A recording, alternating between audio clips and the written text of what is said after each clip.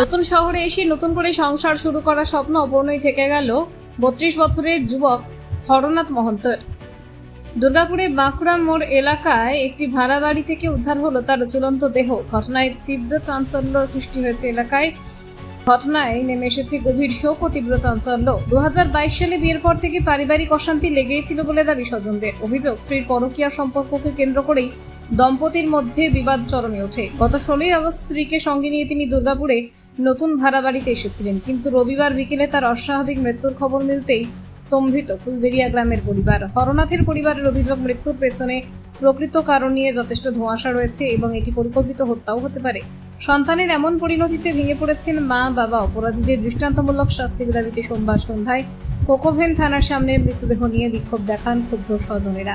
দায়ের করা হয়েছে লিখিত অভিযোগ। পুলিশের সঠিক তদন্তের মাধ্যমে সত্য উন্মোচিত হবে বলে আশায় দিন গুনছে পরিবার। বড় বাবু বলছে তোমরা সৎ কাজ করে লাও না, তোমাদের আমরা ভোট দেব। আমাদের ভোট দিল না, বাইরে কাজ করছিল। এত ষড়যন্ত্র করে ওরা 4-5 দিনে মেরে দিচ্ছে আমার ভাইটাকে।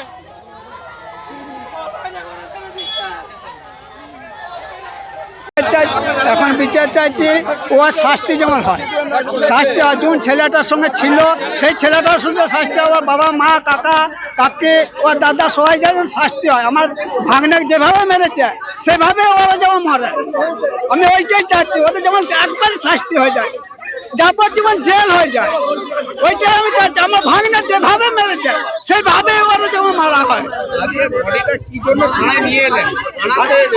থানাতে আমাদের কাল থেকে মানে কোনো রেফাই করছে না, কিচ্ছু আমাদেরকে মানে কাল থেকে হ্যারাসমেন্ট করছে। থানাতে কিচ্ছু করছে না।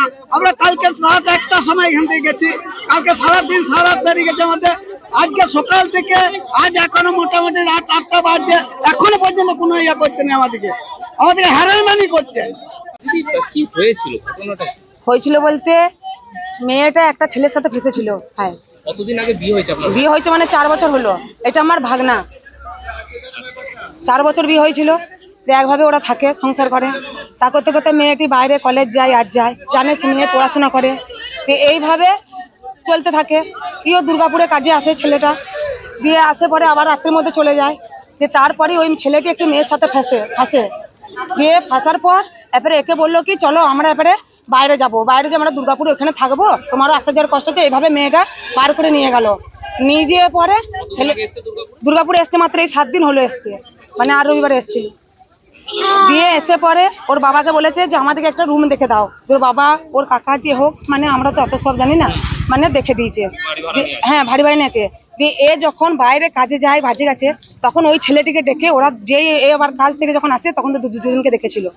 দেখার পরই তখনই ওর বাবা মাকে বলেছে, ওকেও বলেছে নিজের স্ত্রী, সে তো বলতেই পারে যে কোনো ছেলের সঙ্গে যদি এরকম করে সে বলবে যে হ্যাঁ কি করে তুমি এখানে এরকম ঘটনা কেন করেছো। দিয়ে এসব বলার পর ও মেয়েটা আবার বকাবকি হয়েছে দুজনাকার। দিয়ে বলার পর ওর মা বাবাকে ফোন করেছে। ফোন করার পর মা বাবা এসে ওকে শাসিয়েছে, দিয়ে মারধর করেছে।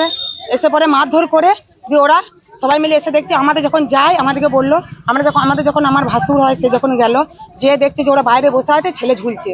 তাহলে এটা কি একটা সন্দেহ যে ভদ্রমহিলা একটা প্রেমে অন্য ছেলের সাথে জড়িত থেকে এটা ওকে মেরে দেওয়ার মতন একটা পরিকল্পনার প্ল্যান করেছে, বা তার সাথে ওর শ্বশুর শাশুড়িও খুব সাপোর্ট আছে। কতদিন আগে বিয়ে হয়েছিল? আর 4 বছর হলো। এই প্রেমের ঘটনা যেটা, অন্য সম্পর্ক যেটা, সেইটা শুনছি নাকি এখন রানীগঞ্জ নিবাসী ছেলেটির নাম অঙ্কিত মণ্ডল, বা মহিলা নিজেও স্বীকার করেছে পুলিশের সামনে যে হ্যাঁ এই ছেলের সাথে, ছেলেটার নাম্বারটাও মহিলা নিজেই দিয়েছে। কতদিন ধরে পরকীয়া? এইটা পরকীয়াটা 2 বছর আলটিমেট হবে। বা ওর স্বামী এটা বুঝতেও পারে যে কোনো ছেলের সাথে চ্যাট হয়েছে। সেই চ্যাট সন্দেহ ছেলেটা বুঝতে পারার পরে ওর বাবা মাকেও বলেছিল, বাবা মা এসব একবার কমপ্লেন করেছে, হ্যাঁ, যে আর করবে না কোনোদিন, এবারে ভুল স্বীকার করে। কতদিন আগে এটা মোটামুটি মাস 3 হবে। Report, Durgapur news digital.